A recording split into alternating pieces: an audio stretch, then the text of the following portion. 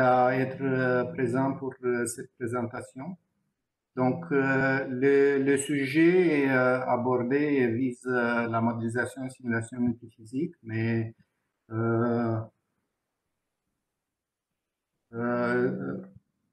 vous allez voir, je vais présenter des choses qui, en sorte, ne semblent pas être trop compliquées, mais il y a des physiques très intéressantes et je vais essayer attirer votre attention sur certains aspects pertinents de la simulation. Donc, la présentation sera structurée surtout en 4 volets. Le premier va être assez rapide. Je vais faire juste une très brève introduction du CNRC, donc Conseil national de recherche du Canada, où j'ai fait toutes mes activités de recherche après l'obtention de mon doctorat. Ensuite, je vais présenter une méthode de stabilisation qui est adaptée aux équations de diffusion-production. Donc, même si leur manière, enfin, dire diffusion-production, ça accroche pas trop, mais c'est le genre d'équation qu'on doit résoudre quasiment tous les jours. Et le meilleur exemple, c'est l'équation de transfert de chaleur par diffusion. Je vais montrer deux applications multiphysiques. La première, c'est la simulation du procédé de co-injection, communément aussi appelé sandwich injection molding. Donc, c'est par lequel il y a deux polymères qui sont injectés un après l'autre et ça donne des propriétés spéciales aux pièces. Et une autre application en remplissage de moules magnésium semi-solide. Donc, les deux sont des applications de remplissage de moules, mais sont à des positions assez différentes dans le spectre typique de l'écoulement. Donc, je vais vous présenter brièvement donc, le Conseil national de recherche du Canada. Il s'agit du principal organisme de recherche du gouvernement du Canada et il est composé par des centres de recherche et de centres technologiques qui sont distribués à travers tout le pays. Donc, vous avez ici un peu une illustration de où se trouvent nos centres de recherche et aussi l'envergure des collaborations que nous avons chaque année. Donc, la plupart de nos activités sont en direct support à l'industrie canadienne et on collabore beaucoup aussi avec beaucoup d'universités au Canada et aussi, on a beaucoup de projets dans lesquels et les universités et l'industrie travaillent de concert avec le CNRC. Donc, le CNRC a vu le jour au début de la Première Guerre mondiale. Donc, sa naissance a fait partie de l'effort de guerre et depuis plus de 100 ans, enfin, l'histoire du CNRC a été marquée par plusieurs réalisations significatives. Je ne vais pas aller trop dans le détail de ce côté. Je vais juste donner aussi un très bref aperçu de quelle est notre position à Boucherville dans le cadre du CNRC. Nous, on fait partie du centre de recherche automobile et transport de surface, donc de la division transport et fabrication. Il y a plusieurs autres activités à travers le conseil, notamment en aérospatial, en ingénierie, en sciences de la vie et aussi en technologie émergente. Même notre centre de recherche a des sites à plusieurs endroits au Canada. Le site principal se trouve à Boucherville, mais nous avons aussi des activités au Saguenay, à London en Ontario et aussi à Ottawa et plus récemment à Winnipeg. Donc, on est un centre de recherche assez important pour le conseil. L'équipe que je dirige, donc c'est l'équipe de simulation et modélisation numérique.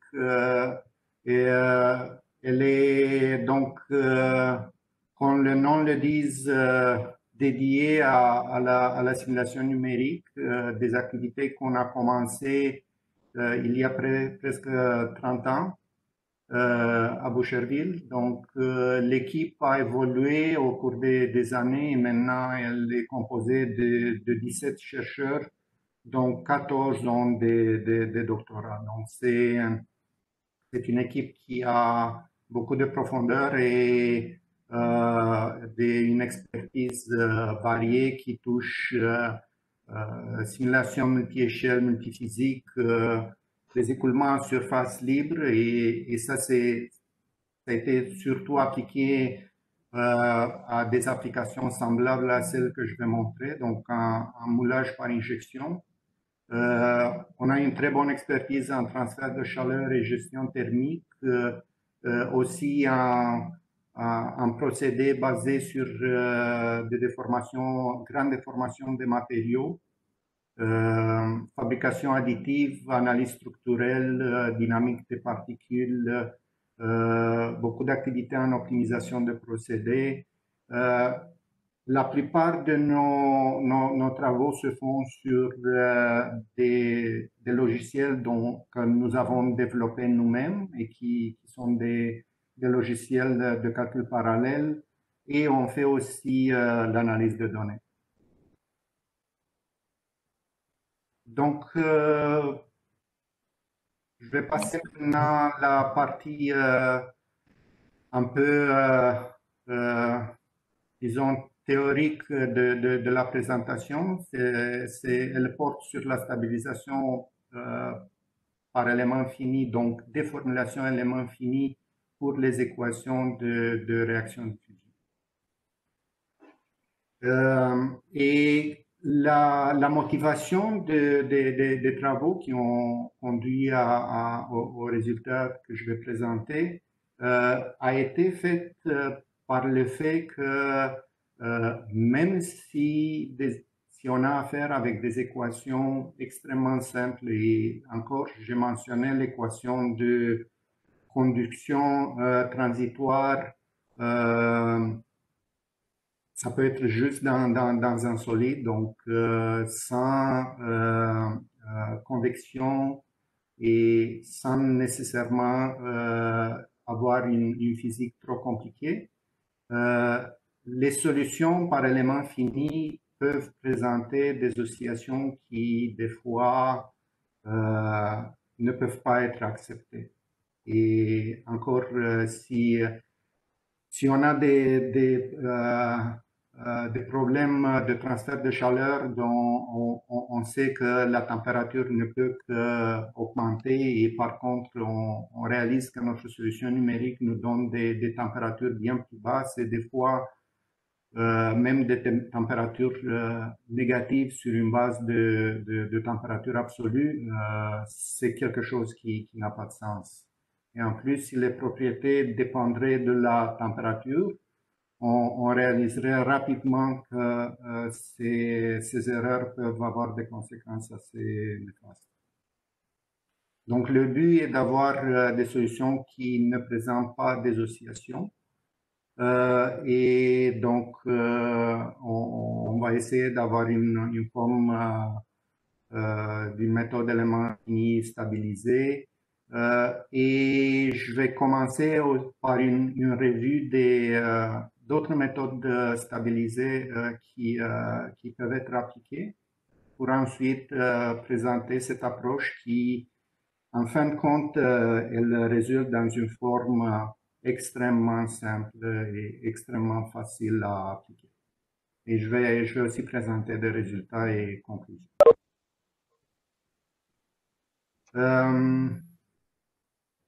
Donc, encore l'objectif, je l'ai déjà mentionné, c'est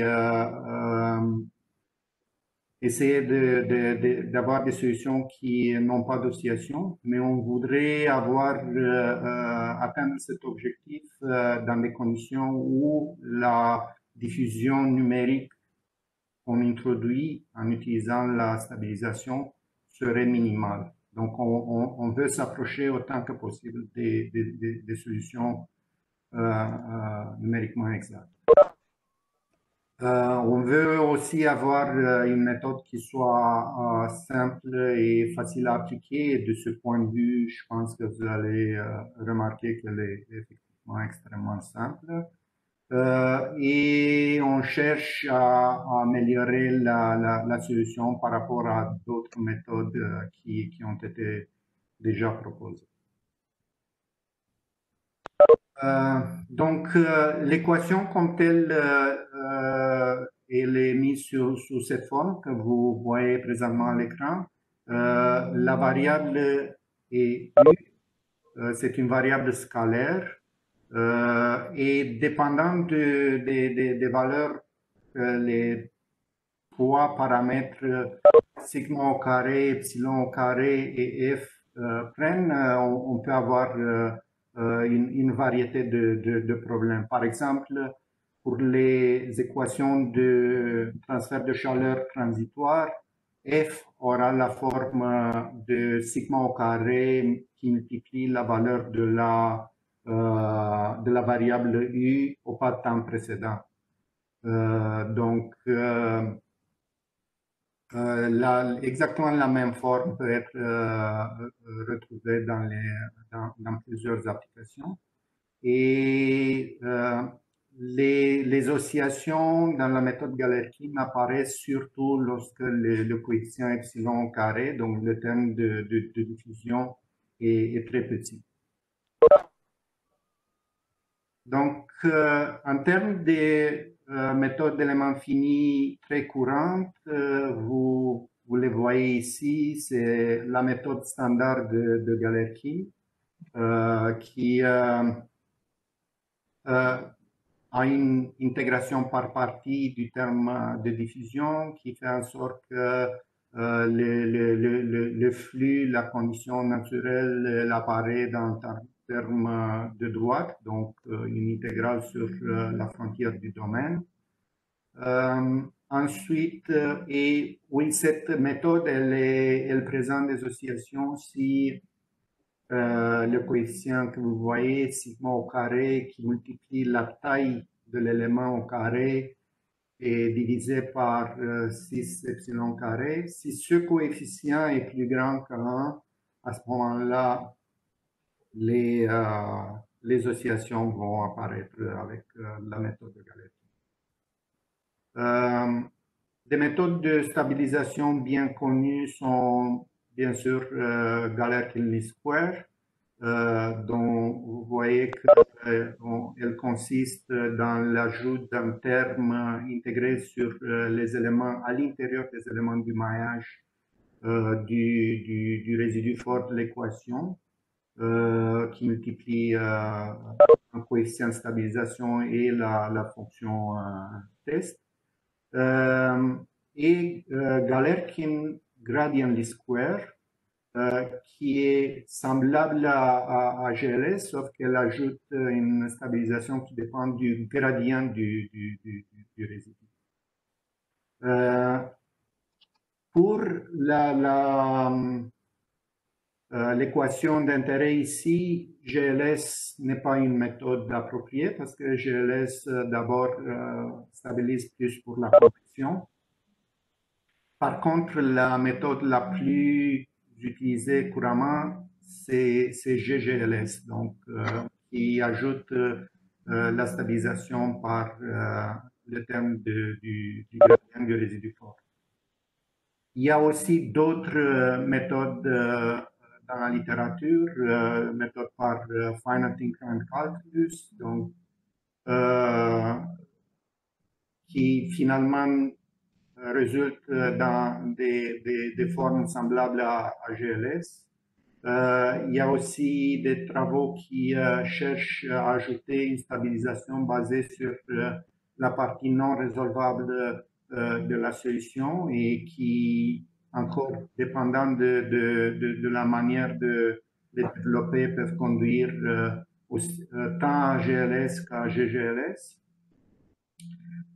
Et aussi des méthodes multi-échelles qui ajoutent des degrés de liberté sous la forme de fonctions bulles, ainsi que des méthodes enrichies donc, qui cherchent à enrichir l'espace de discrétisation. Donc, regardons, avant de poursuivre avec la présentation de la méthode, regardons quelle est la source des oscillations qui apparaissent. Et pour cela, on va prendre un exemple extrêmement simple. On va prendre le cas unidimensionnel et encore sans terme source. Et pour simplifier, on va introduire le coefficient alpha qui est basé sur le ratio des deux coefficients dans notre équation, donc sigma au carré divisé par epsilon au carré. Et si on prend la formulation Galerkin, discrétisée sur un maillage de taille uniforme, on va obtenir l'équation que vous voyez. Donc, il y a je ne sais pas si mon curseur est visible. Oui, on voit bien. OK. Donc, le premier terme ici, c'est finalement la discrétisation Galerkin du terme sigma au carré U. Tandis que le deuxième, c'est la discrétisation du terme de diffusion. Donc, on voit bien la nature du terme de diffusion. Et si on regarde de plus près la forme du premier terme, on voit qu'il y a une composante qu'on appelle pointwise. Donc, c'est une dépendance ponctuelle selon la variable ONE correspondant à la fonction test, et une autre partie qui, elle, agit comme un terme antidiffusif. Donc, vous voyez bien que ce terme est identique au terme de diffusion, sauf que c'est un terme négatif. Donc, le problème numérique apparaît au moment où le terme antidiffusif devient dominant par rapport à la diffusion naturelle du problème. C'est aussi simple que ça. Donc, au moment où alpha devient plus grand qu'1, le terme antidiffusif prend le dessus sur la diffusion naturelle. Et à ce moment-là, les solutions vont simplement avoir des oscillations. Basé sur cette observation, on va aller faire un exercice assez simple et on regarde le comportement du terme non différencié autour d'un point du maillage. Donc, UI, ça va être la solution au nœud I. Et par un simple développement en série d'ordre 1, on peut écrire que la valeur dans les éléments autour de ce nœud va avoir la forme qu'on voit ici, donc la valeur nodale plus un terme qui dépend de la dérivée de la solution, qui elle est multipliée par la différence entre la coordonnée locale et la coordonnée du nœud en question.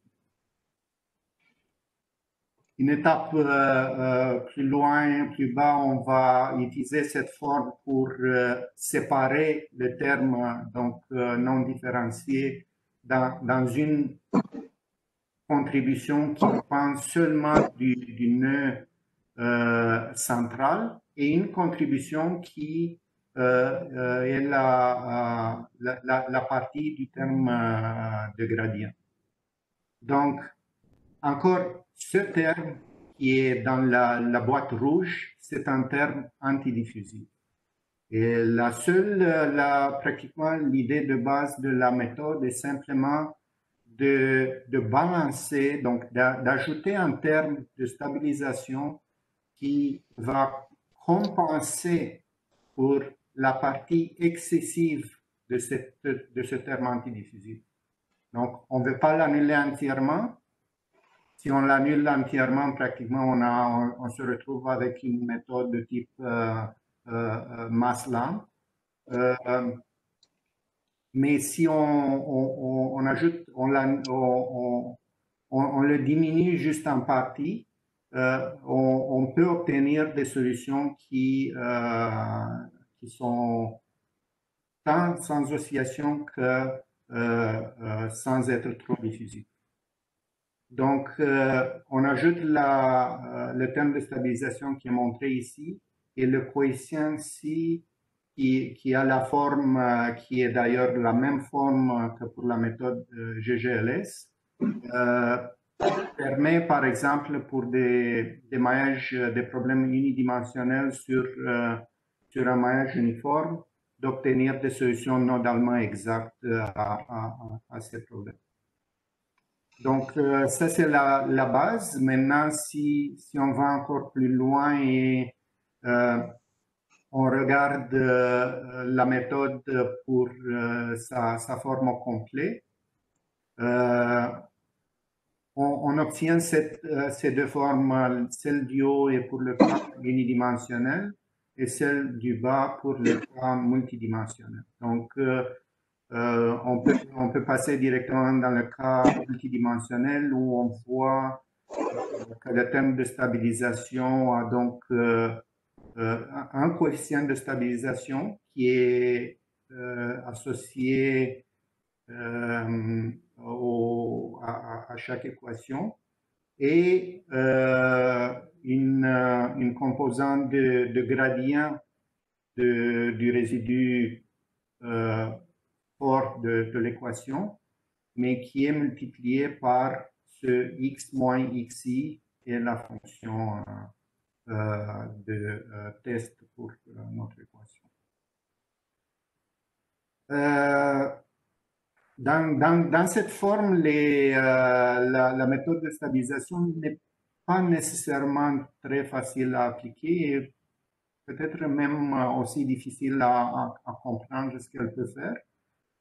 On va aller donc un peu plus loin. Donc, ça, c'est le cadre général. Le fait que la méthode de stabilisation est équivalente à résoudre, au lieu de résoudre seulement R de U égale à 0, on résout cette équation modifiée où on fait apparaître le gradient du résidu qui est multiplié par x moins xi. Physiquement, on a déjà vu que c'est l'équivalent d'une diffusion apparente avec cette vitesse de diffusion.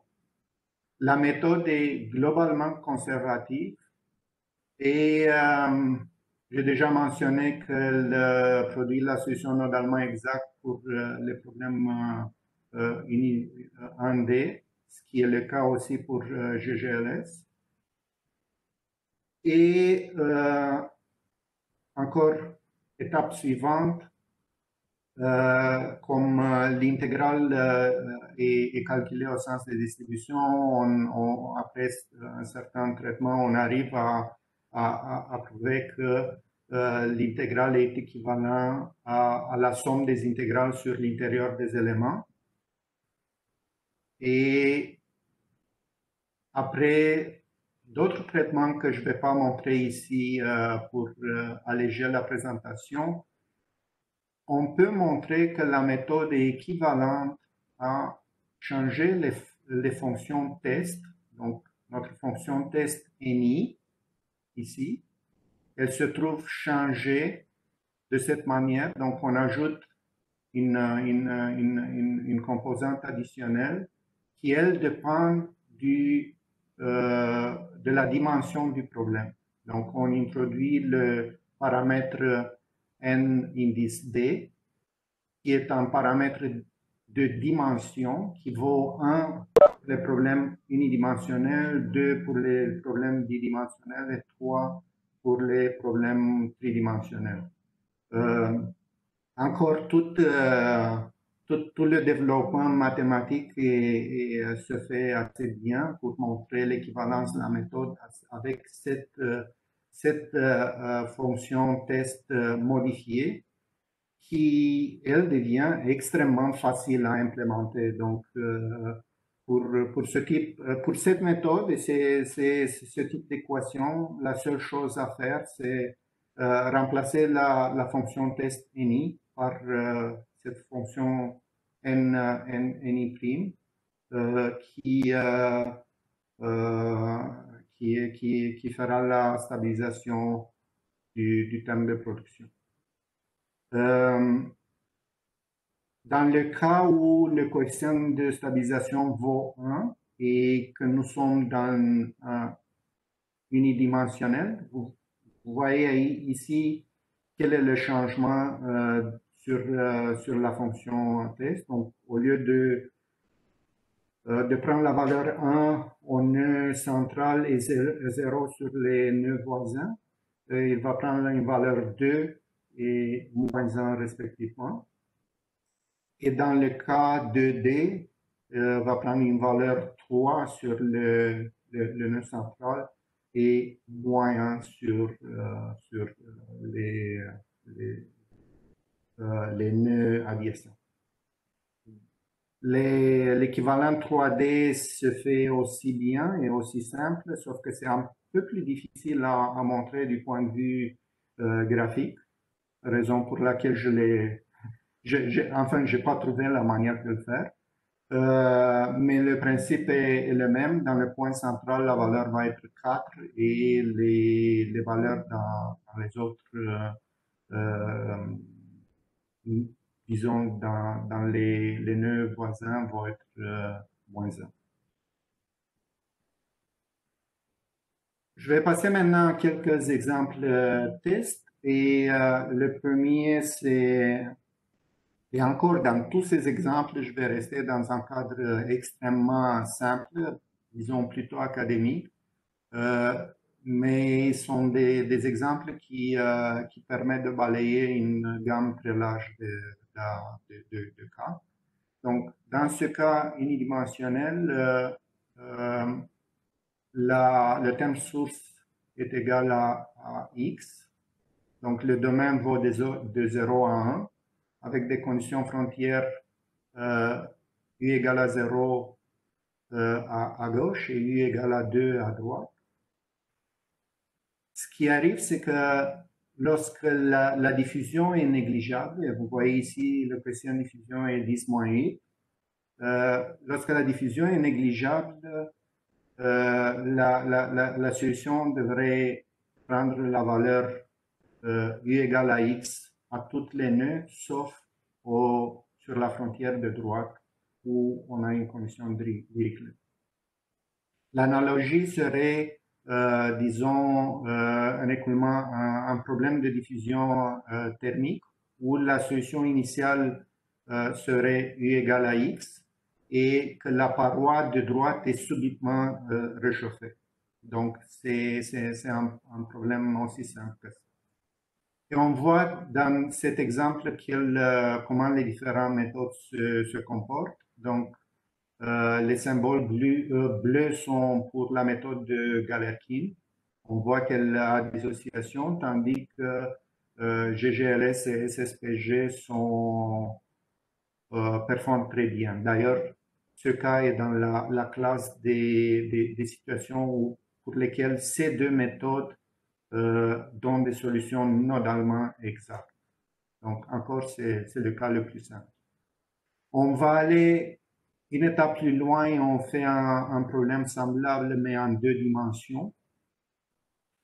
Donc, c'est l'équivalent d'avoir un problème avec une solution initiale unitaire et avoir subitement à appliquer des conditions frontières à zéro sur la frontière x égale à 0 et sur la frontière y égale à 0.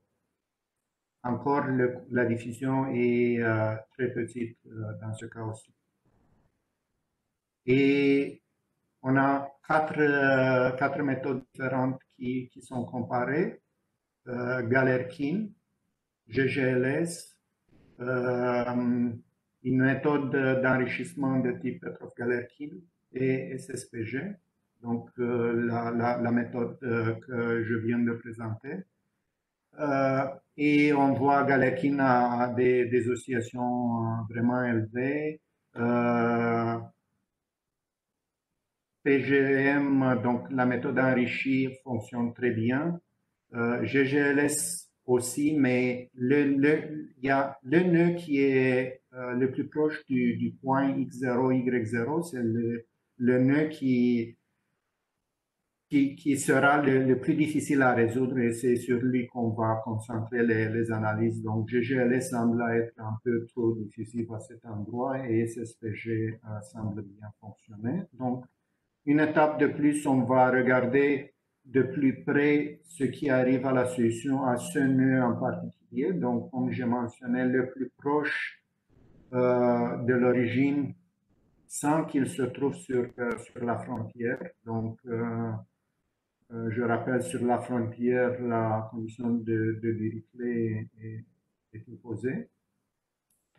Et on voit en fonction de la valeur du coefficient de diffusion comment la solution à ce point précis évolue. Donc, c'est ça qu'on montre dans ce graphe. Encore Galerkin, qui sont les symboles, les carrés bleus, elle présente beaucoup d'oscillations, donc 50% de la valeur nominale à très basse diffusion, et graduellement, elle arrive à faire bien lorsque la diffusion commence à être significative. GGLS, c'est les cercles roses. On voit qu'elle n'est pas optimale à bas nombre, à bas valeur de diffusion. La méthode d'enrichissement, par contre, elle ne fait pas bien aux valeurs intermédiaires. Et il y a aussi une méthode de type Maslam, qui est les symboles verts, qui semble un peu trop diffusif, et SSPG semble très bien fonctionner.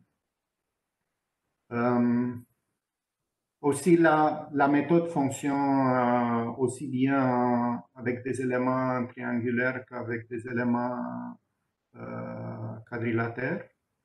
Et je peux vous confirmer qu'elle fonctionne aussi bien en 2D qu'elle fonctionne en 3D, même si je ne vais pas présenter ici des exemples 3D, mais dans toutes nos applications, toutes nos applications sont en 3D. Pour vraiment déterminer la valeur de l'erreur lorsqu'on varie le terme de diffusion, je vais considérer maintenant une solution qui a une solution analytique. Donc, elle est un peu plus complexe que celle présentée précédemment.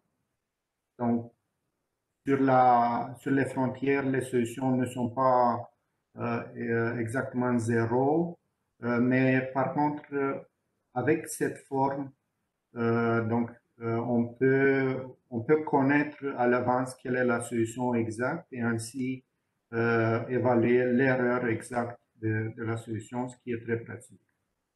Et encore, on va se concentrer dans l'évaluation de l'erreur au même point qui est le plus proche du point à l'origine.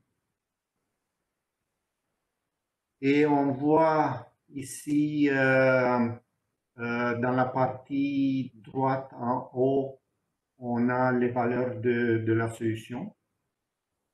Encore Galerkin est vraiment, performe vraiment mal. Et aussi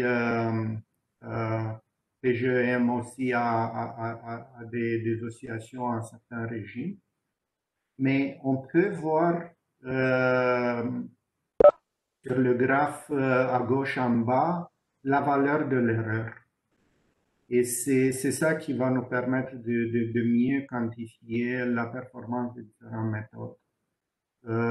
Encore, je vois qu'ici, enfin, la méthode de Galerkin n'est même pas incluse dans les graphes parce que l'erreur est tellement grande qu'elle aurait dominé trop les autres courbes. Mais on voit que SSPG fait bien dans tous les régimes tant à très très basse diffusion qu'à haute diffusion. Et plus particulièrement, elle fait mieux que les autres méthodes dans l'espace intermédiaire, donc à une diffusion de 10-4.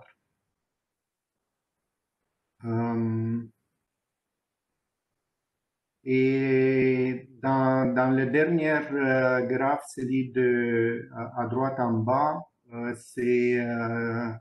on, on montre la moyenne des erreurs nodales dans tout le maillage et on voit encore que pour toutes les valeurs, la SSPG performe bien.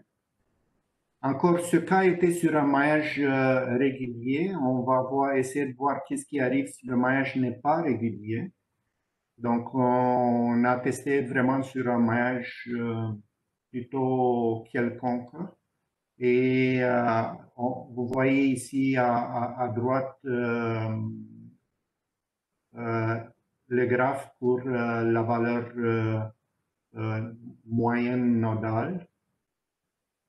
Et encore, SSPG performe très bien. Il y a seulement à haute diffusion, on voit que dans ce cas, la méthode de Petrov-Galerkin, d'enrichissement Petrov-Galerkin,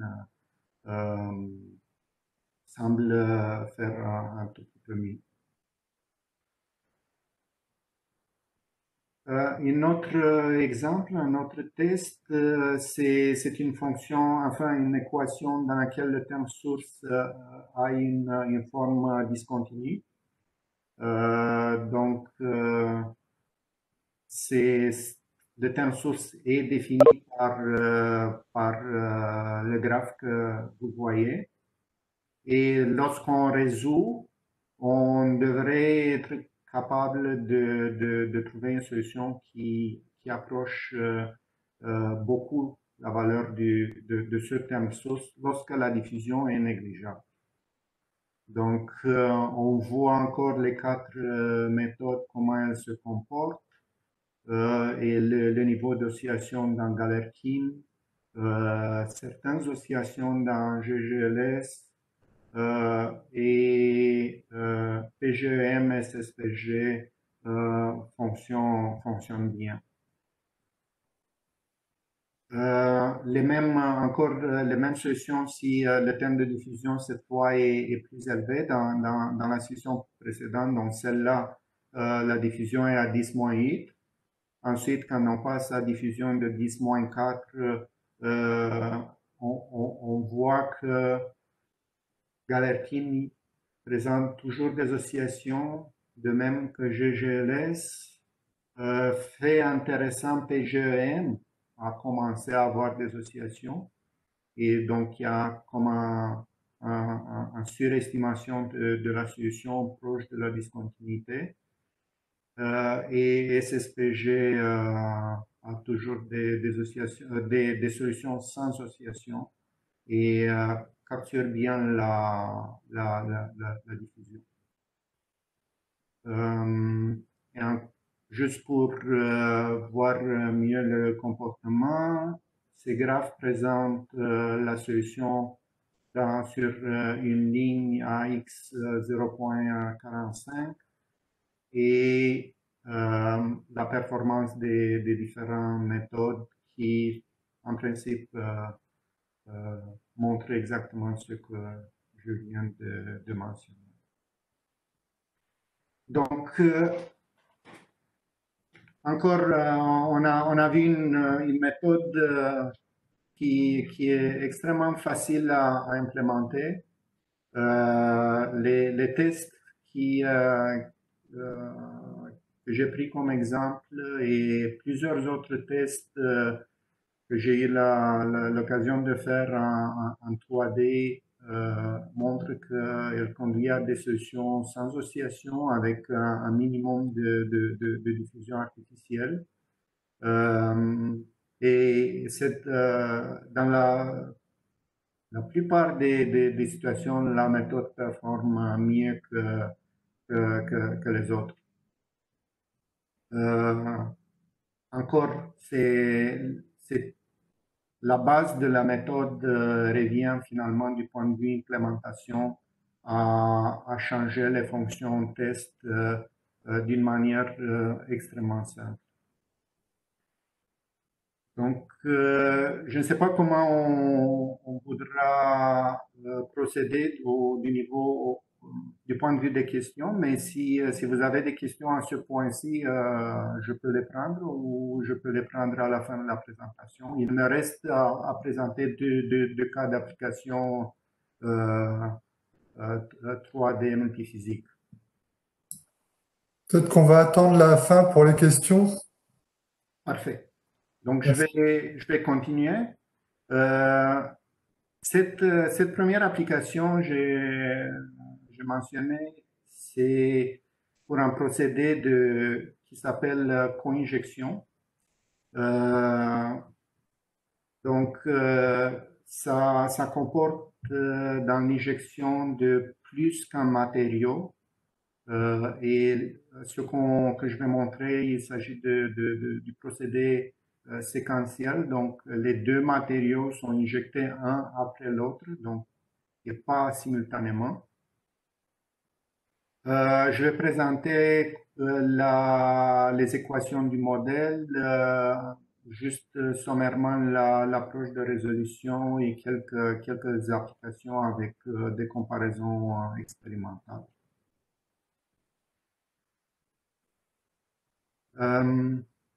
Donc,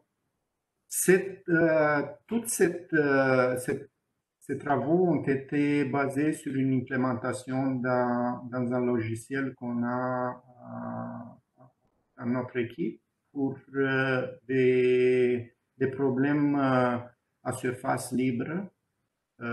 Donc, initialement, ça a été développé pour les applications d'injection et ensuite, on a fait des applications en remplissage de moules avec des liquides, comme du métal liquide. Aussi, injection assistée par le gaz et co-injection. Et l'application en particulier que je vais montrer regarde une physique bien spéciale qui apparaît lorsque le deuxième polymère, qui lui avance à l'intérieur du premier, arrive à rattraper le front du premier polymère et il y a le phénomène qui est appelé breakthrough. Donc, il y a comme un renversement entre les deux matériaux. Vous allez pouvoir le voir de plus près plus tard.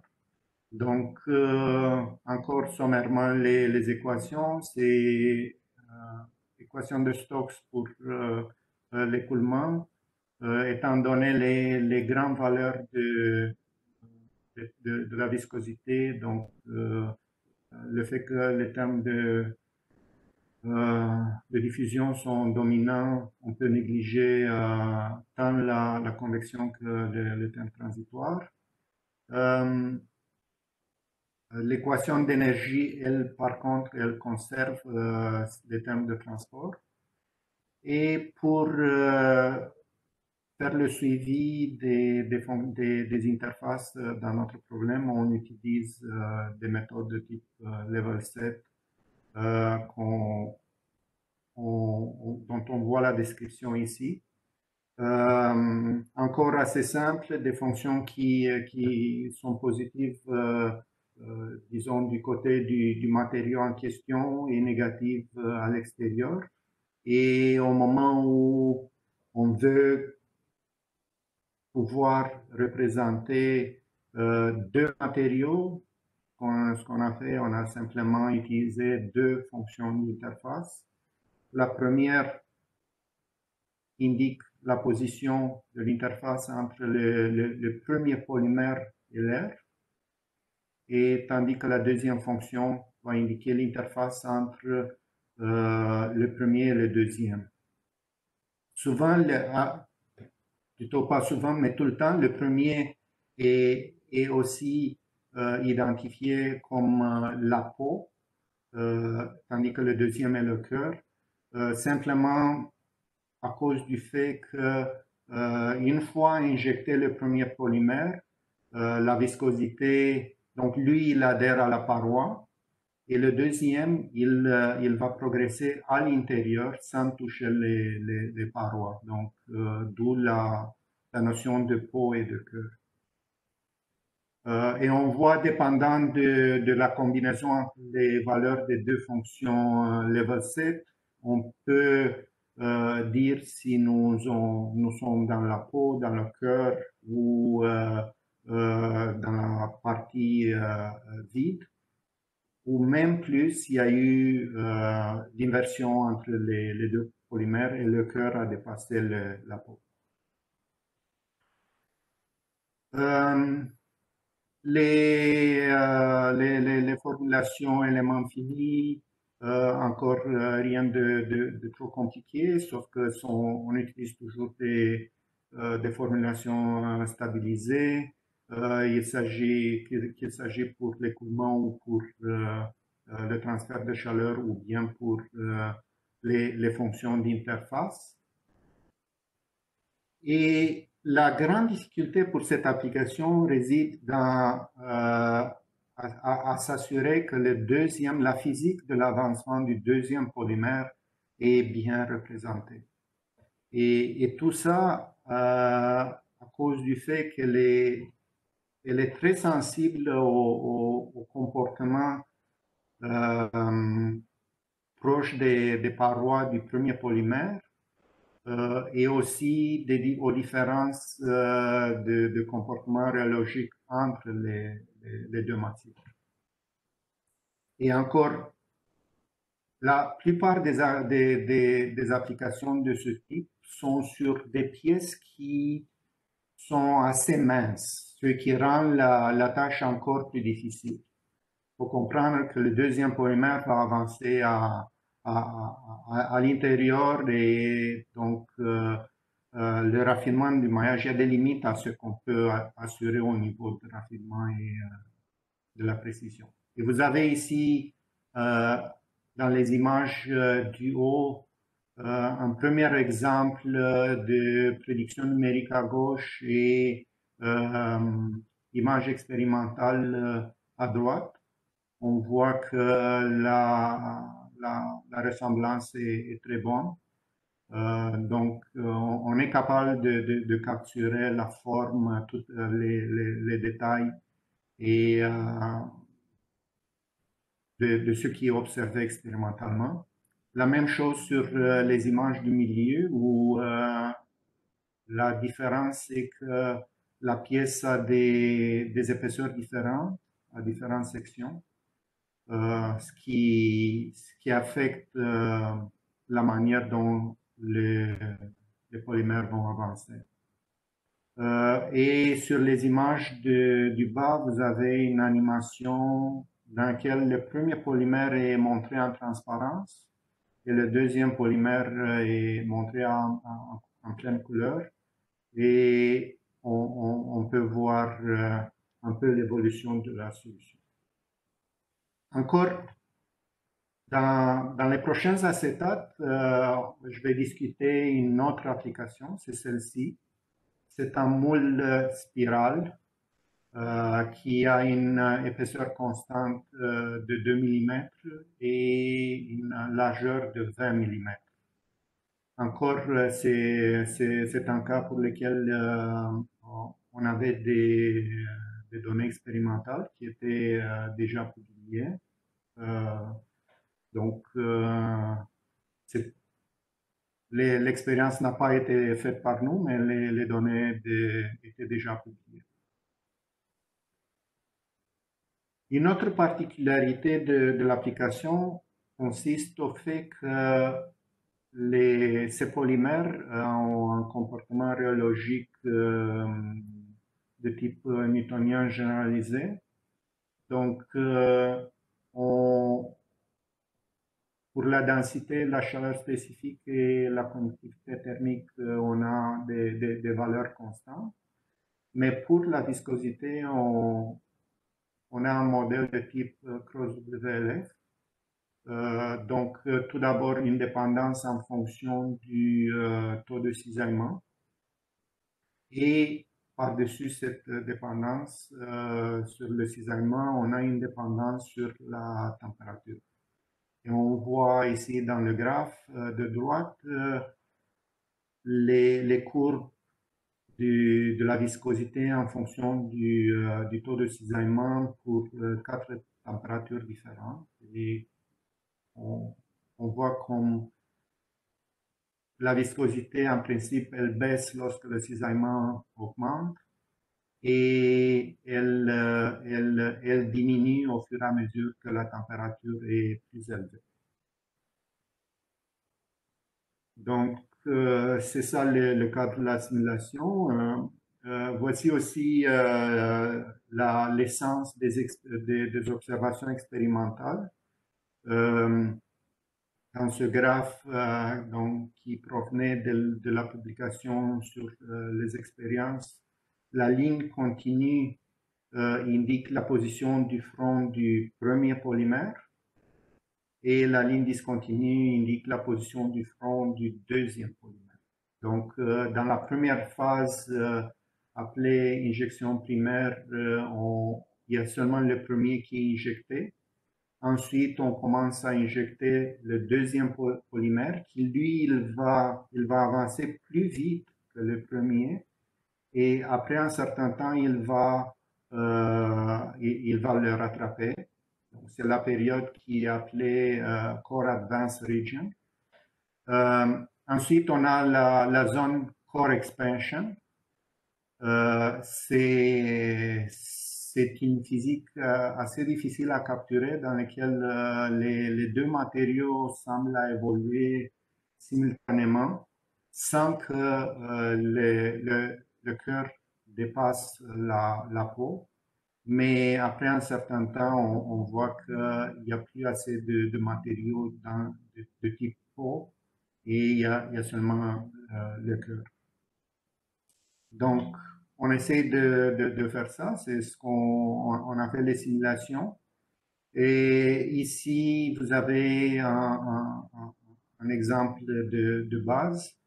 Encore, les symboles sans ligne montrent les valeurs expérimentales, tandis que les symboles qui sont reliés par des lignes continues ou discontinues sont des solutions numériques.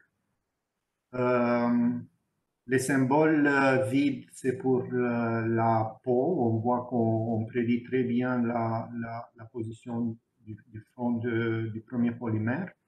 Et on prédit très bien aussi le core breakthrough. Donc, le moment où l'avancement du premier polymère s'arrête. De la même manière, on arrive à prédire très bien le moment où le deuxième polymère rattrape le premier. Qu'est-ce que ça donne en termes de solutions numériques? Vous les voyez ici à différents moments. Donc, la première en haut à gauche montre le début de l'injection du deuxième polymère. Le front du premier était déjà bien avancé, il est montré en transparence. Et au fur et à mesure que le temps passe, le deuxième polymère avance plus vite et il rattrape le front du premier. Après 1,7 secondes, on a le moment de rattrapage. Et ensuite, une période pendant laquelle les deux continuent à avancer simultanément. Et après 2,3 secondes, on a encore breakthrough. Et après ça, c'est seulement le deuxième polymère qu'on retrouve. Donc, encore juste l'illustration du début et de la phase d'expansion du cœur. Et une comparaison avec les expériences. Encore, il y a certaines difficultés des fois dans les expériences à contrôler précisément le temps et la manière dont ils obtiennent ces pièces. Ils le font par ce qu'on appelle short shot. Donc, ils injectent en réalité juste une partie de la matière. Mais la différence avec la simulation, c'est que dans la simulation, on contrôle parfaitement le volume injecté, ce qui ne semble pas être exactement le cas dans les expériences. Par contre, on peut qualitativement faire des comparaisons et on voit qu'on est très proche des expériences. Ce qui est intéressant, c'est qu'ensuite, on peut aller voir quels sont les effets que différents paramètres de procédé peuvent avoir sur ce comportement. Et un, c'est important, c'est la température. Et dans ce cas, on a varié la température du premier polymère. Et l'effet qu'on pourrait s'attendre à observer, c'est qu'au fur et à mesure qu'on augmente la température, la peau donc la viscosité du matériau qui forme la peau va être plus basse. Et à ce moment-là, l'épaisseur du corps va être plus grande. Et ça affecte la dynamique entre les deux. On voit qu'il y a des cas où on est plus proche des données expérimentales, comme il y a le cas du milieu où l'écart semble être un peu plus grand.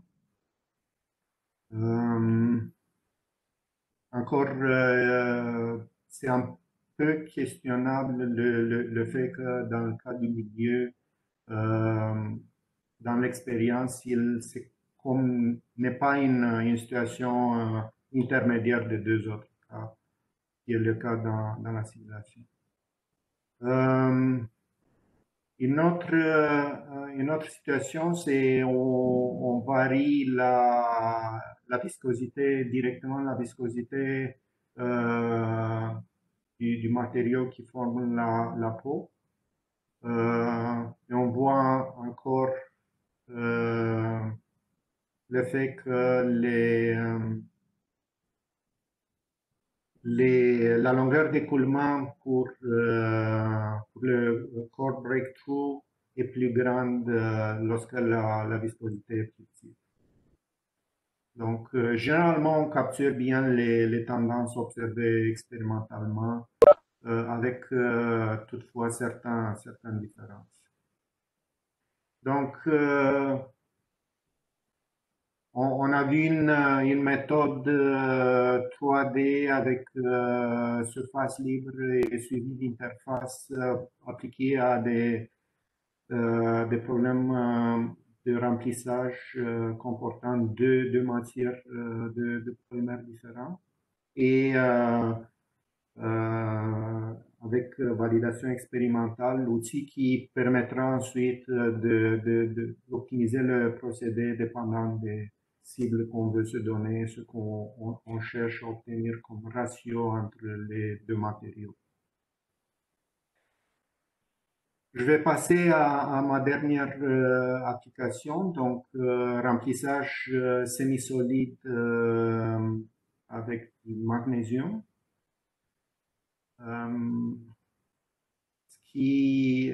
Le magnésium semi-solide est obtenu tout simplement en cherchant à avoir une certaine température qui rend la matière ni entièrement solide ni entièrement liquide.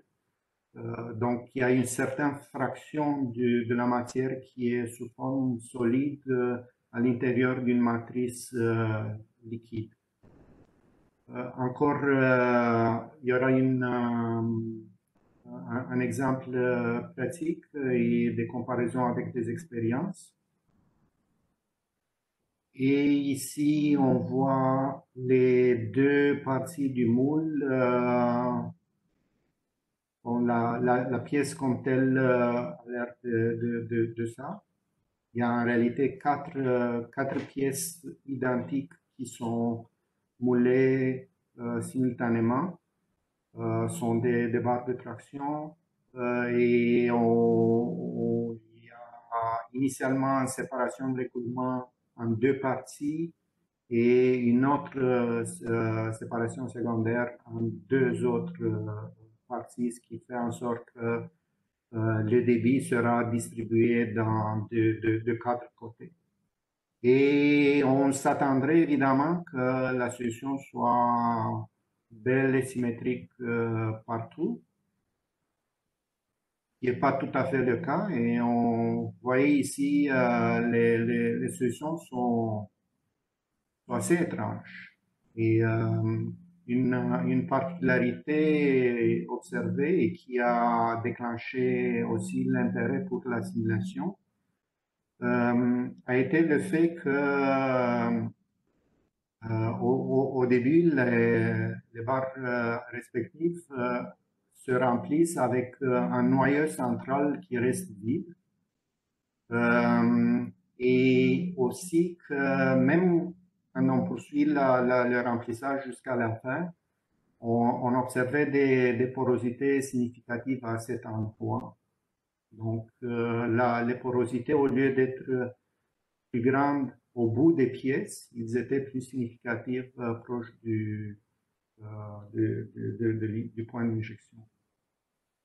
Donc, vous voyez ici, par exemple, à 42 mm vers la fin, les porosités observées du côté gauche et la forme complexe du remplissage, c'est comme si le moule se remplit par les parois et le cœur reste vide.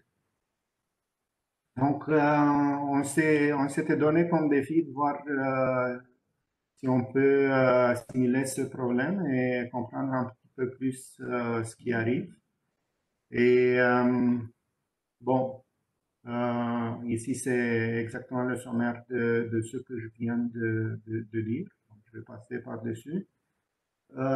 Et dans la simulation, le premier élément, ce sera de modéliser le comportement visqueux de- du magnésium semi-solide. Étant donné que les temps de remplissage sont très très courts, et on parle de 30 millisecondes de temps de remplissage, on a négligé la dépendance de la viscosité par rapport au temps. Et on a pris des valeurs, enfin, il y avait des valeurs dans la littérature pour la viscosité en fonction du cisaillement pour différentes valeurs de la fraction solide. Et dans notre cas, la fraction solide était autour de 0,3. Donc, on a une forme dans laquelle encore la viscosité diminue au fur et à mesure que le cisaillement augmente.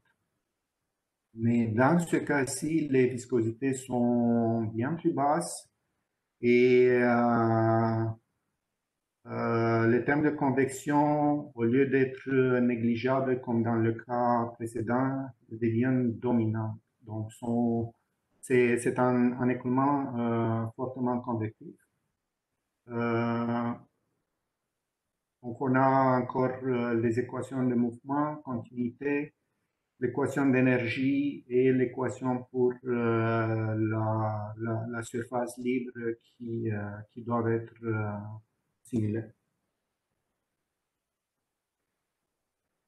Et maintenant, pour l'illustration des résultats, ce que j'avais choisi, encore, c'est pas nécessairement évident de montrer les effets observés, mais j'ai la partie remplie, j'ai choisi de la montrer en transparence, mais par contre, on peut voir en couleur pleine le front de l'écoulement. Donc, ce qui nous permet finalement d'illustrer toute partie qui reste vide ou toute partie qui reste à remplir, parce que, par exemple, sur l'image à 14 millisecondes, la couleur pleine, donc le rouge foncé, nous montre la surface libre, tandis que à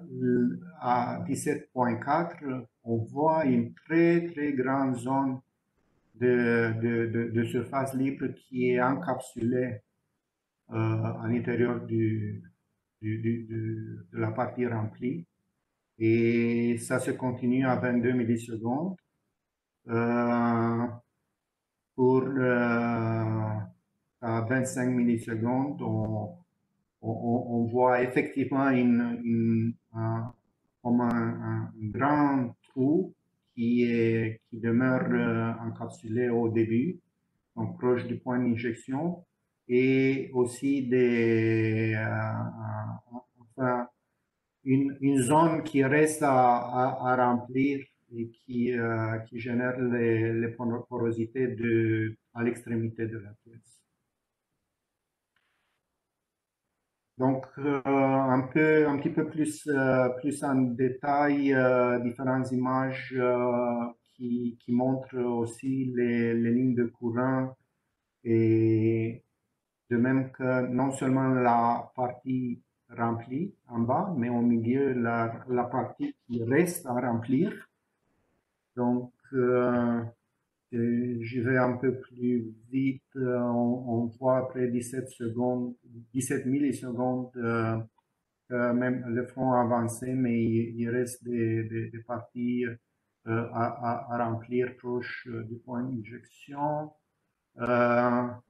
22 millisecondes, le front a continué à avancer, mais a laissé derrière lui une zone non remplie.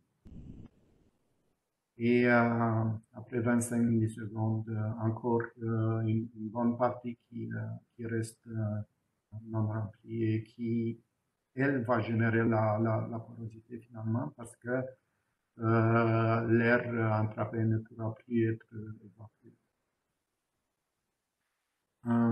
Donc, les mêmes images juste en forme d'animation.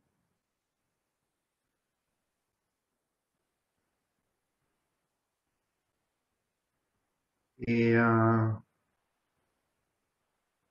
aussi sous forme de détails des lignes de courant. Donc, ce que la simulation a permis de comprendre, c'est que le design en question du gate, donc du point d'injection, fait en sorte que l'écoulement, lorsqu'elle rentre dans la cavité, euh, rentre sous forme d'un jet qui frappe la paroi opposée et qui se sépare ça fait comme un splash, donc il se sépare et il continue à remplir tout simplement sur les parois. Donc le liquide va mouiller les parois, mais laisse tout simplement le cœur du volume vide, non rempli, et arrive à avancer jusqu'au bout de la pièce, de la cavité, sans remplir le centre. Donc, cela confirme exactement les observations expérimentales. Donc, et finalement, nous a permis de comprendre mieux et de confirmer par la simulation ce qui était observé dans les expériences. L'avantage étant que par des changements de design, que ce soit dimension ou position du point d'injection, on pourrait aller chercher un comportement bien différent pour le remplissage et qui finalement éviterait